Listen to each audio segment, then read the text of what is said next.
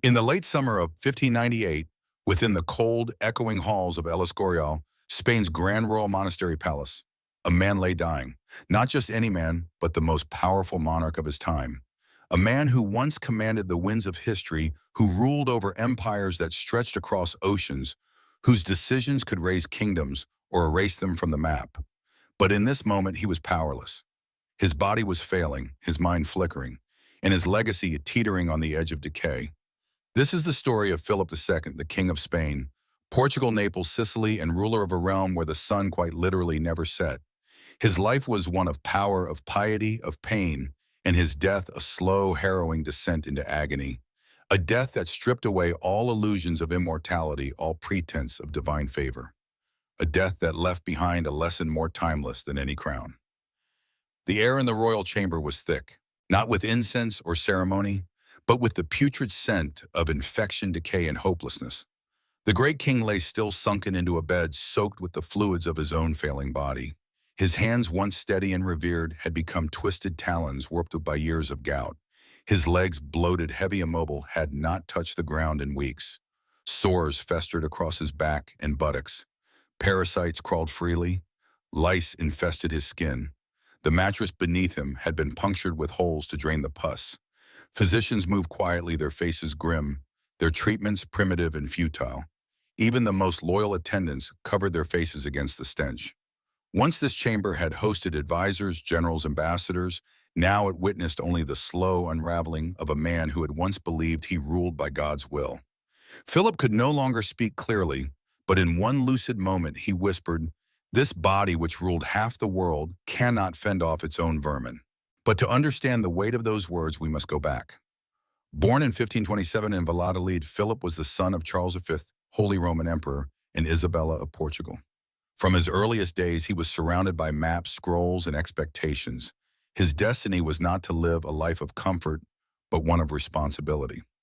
Unlike his father, who fought battles and negotiated alliances face to face, Philip was withdrawn, methodical, and deeply pious. He wasn't a man of war. He was a man of paper. His life revolved around reports, decrees, and correspondence. He came to be known as El Rey de los Papeles, the King of Papers. And yet this quiet king would come to rule over one of the largest empires the world had ever seen. When Charles V abdicated in 1556, Philip inherited the Spanish crown, the Netherlands, parts of Italy, and Spain's colonies in the Americas. In 1580, he claimed the Portuguese throne, uniting two global empires into one unstoppable force. Under Philip, Spain's influence stretched across Europe, South America, the Caribbean, parts of Africa, and the Far East. Gold and silver from the New World flowed into Spanish coffers. Massive fleets crossed the Atlantic. Spanish became a language of empire. Yet Philip didn't simply rule with wealth. He ruled with religious zeal. Philip believed he had been chosen by God, that his mission was to preserve Catholicism against the rising tide of Protestantism. His most infamous tool was the Spanish Inquisition, which under his reign reached terrifying heights. Heresy was hunted with fire and fear. Thousands were interrogated, tortured, and burned at the stake. He funded wars against Protestant England and the rebellious Netherlands. He sent the Spanish Armada to dethrone Elizabeth I. It failed, but he did not waver. He saw himself not merely as a monarch, but as a soldier of heaven. But behind the divine mission and bureaucratic genius was a man carrying deep private sorrow. Philip married 4 times. His first wife, Maria Manuela, died in childbirth. His second, Mary Tudor of England, died childless. His third, Elizabeth of Valois, died young. Only his fourth wife, Anna of Austria, bore him a lasting heir. His beloved son Carlos rebelled, was imprisoned by Philip himself, and died in confinement under mysterious circumstances. Many of his children died young. The palace was filled with art and prayer, but also mourning. His private grief ran deeper than any court record could show. As the years passed, Philip's body began to betray him. Gout turned every movement into agony. His rich royal diet, heavy with meat and wine, only worsened the condition. In the 1590s, fevers plagued him regularly. His legs swelled grotesquely from fluid buildup. He could no longer walk right or even dress himself.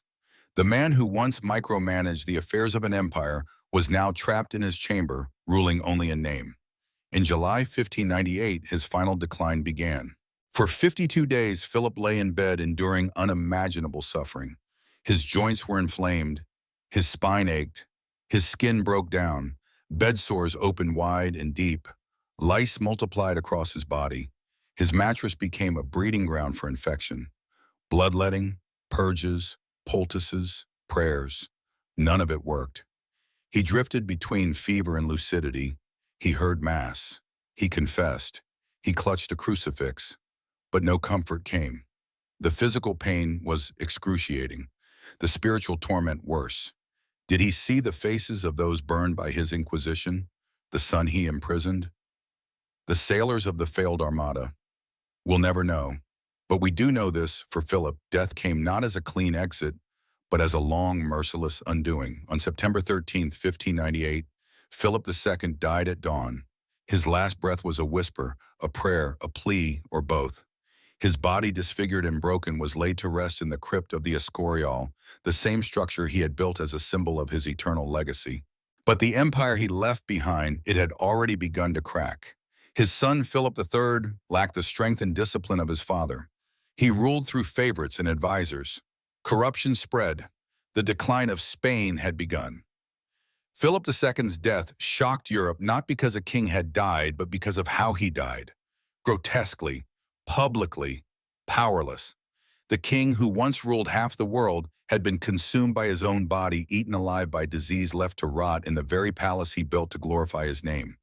And in that image, in that ending, is a truth far deeper than any royal biography. Behind every crown is a skull. Behind every empire, a man. And no man, not even one anointed by God, escapes the quiet verdict of mortality. This is not just a story of Spain, not just a chapter in history.